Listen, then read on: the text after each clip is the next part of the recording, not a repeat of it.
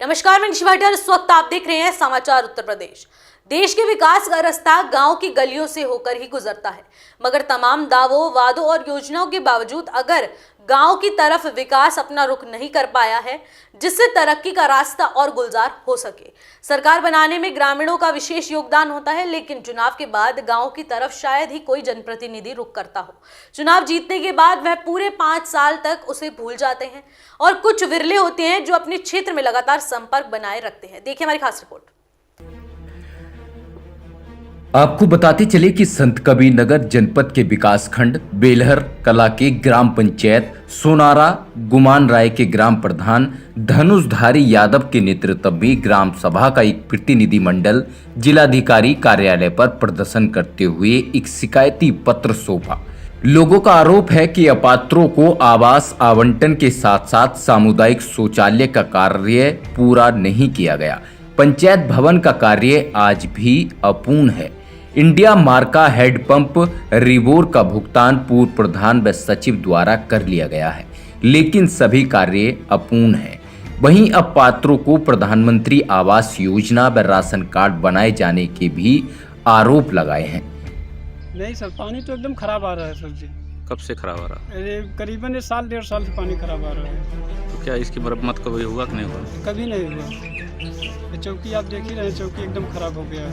चौकी की बात नहीं, जल कैसा मिल रहा है? जल खराब है सर, 1 मिनट पानी रखो पीला हो जा रहा है पूरा। तो इसकी शिकायत कभी आप ग्राम प्रधान से किए थे? आप किए थे सर। तो क्या हुआ? नहीं सही करवा सर। बाहर क्यों बाहर जाते हैं? यार जब से बना है तब से ताला मारल में हमें पानी की व्यवस्था नहीं है। तो दिक्कत हो रही है आपको? दिक्कत तो होता है, बस विभाग में जाना पड़ता है। तो क्या इसके कभी कोई जिम्मेदार अधिकारी नहीं आया? कोई नहीं आया। ये कितना दिन हो गया इसको निर्माण हुए? एक बल्ले।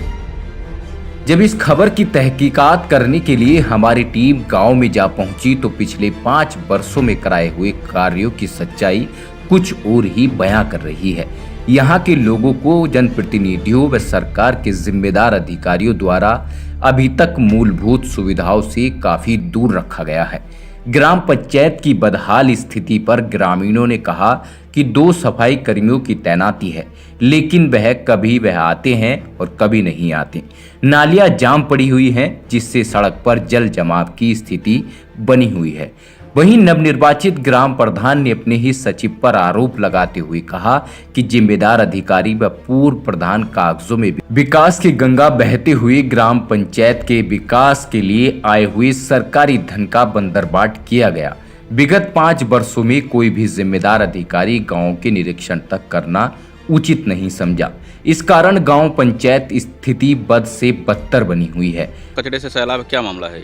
सफाई कर्मी नहीं आ रहे हो। कब से नहीं आ रहे हैं? अब हम बता रहे 5 साल हो गया, लमसम 1 महीना 2 महीना में आते हैं, कभी कभी ऐसे ही घूम करके चले जाते हैं। काम उनका कुछ नहीं, ये आप समझ लीजिए। तनख्वाह उठाते हैं सरकार से। कौन सचिव है आपके वहाँ? अब हमारे सचिव के बारे में हमको जानकारी नहीं है बाबू। ब्लॉक कौन सा पड़ता है? ब्लॉक अपना गलहर। कोई अधिकारी आते हैं कभी? कोई अधिकारी कभी नहीं आया है।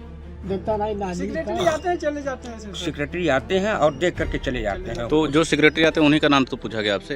तो वो सेक्रेटरी आपके क्या नाम है? है हमारे विगत 5 साल में गांव हमारा ऐसा हो गया है कि शायद पूरे भारतवर्ष में इतना गंदा गांव कोई नहीं मिले। गांठ भर बास पूरे बीचों बीच सड़क में है और इतना पैसा सरकार दे रही है, लेकिन उसका दुरुपयोग हो रहा है। दुरुपयोग होने के नाते विकास की किरण नहीं फैल पा रही है। किसको जिम्मेदार?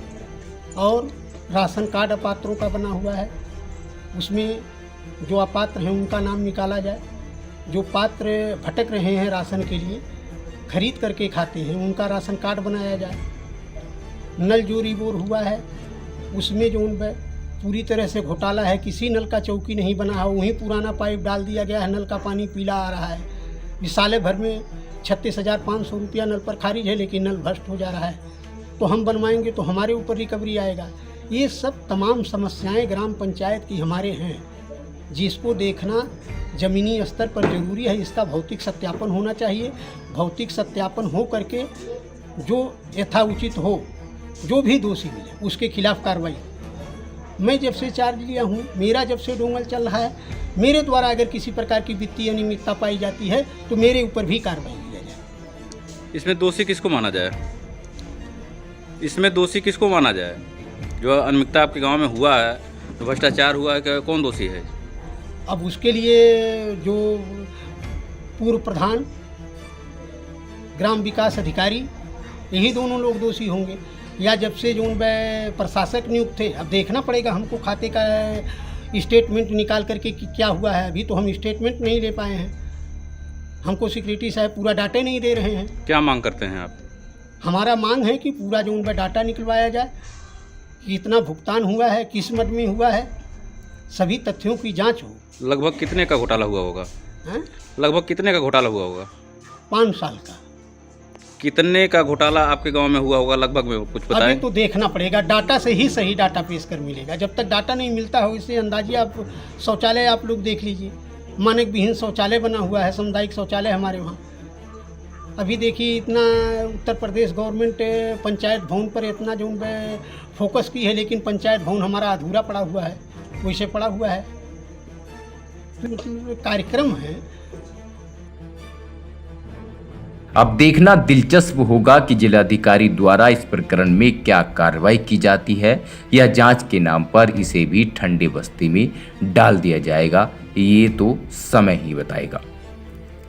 समाचार इंडिया के लिए विनोद कुमार की रिपोर्ट। फिलहाल इस रिपोर्ट में बस इतना ही। उत्तर प्रदेश से जुड़ी तमाम बड़ी खबरों के लिए देखते रहिए समाचार उत्तर प्रदेश, खबर से लेकर असर तक। नमस्कार।